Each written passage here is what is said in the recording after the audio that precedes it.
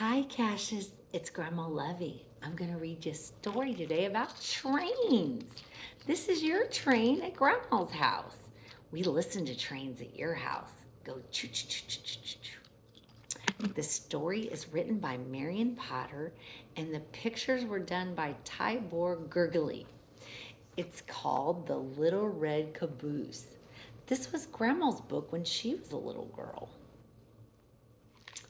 The Little Red Caboose always came last. First came the big black engine, huffing and chuffing up the hill. Then came the boxcars. Then came the oil cars and the coal cars. Then the flat cars. Sometimes they were arranged in different ways, but the Little Red Caboose always came last. It's at the end of the train. Boys and girls would wave at the big black engine. They would listen to the boxcars and the oil cars and the coal cars and the flat cars all go clickety-clack, clickety-clack, ch-ch-ch-ch-ch.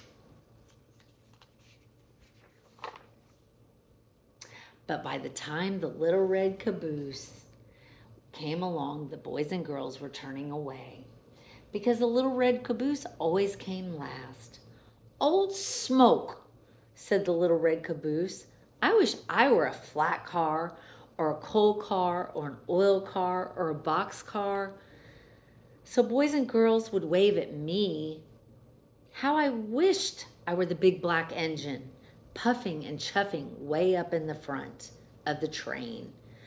But I'm just the little old red caboose and nobody cares about me.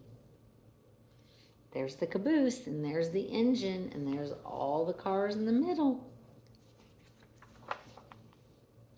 One day, the train started up a mountain.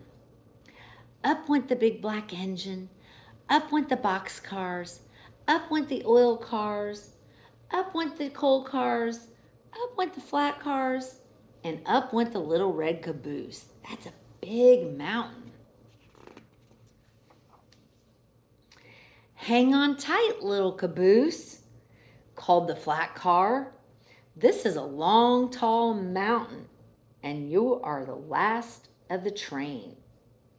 Don't I know it, said the Little Red Caboose. Poor me. There he is at the back.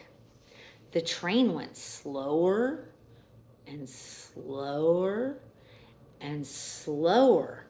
Soon it was hardly moving at all. It looked as if the train wasn't going to make it up the mountain. Everybody's watching it to see if it can make it up the mountain. Look out, little caboose, called the flat car. The train is starting to slip.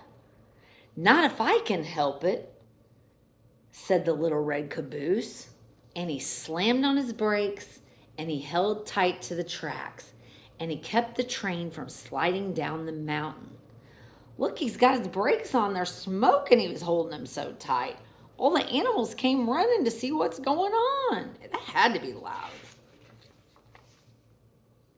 Then, bump, the Little Red Caboose felt something push from behind. It was two big black engines. They pushed the train all the way to the top of the mountain. We couldn't have done it, said the big black engines, if it hadn't have been for the Little Red Caboose. Everyone cheered, and the Little Red Caboose nearly burst with pride. He was so happy. Look at all the kids and all the people.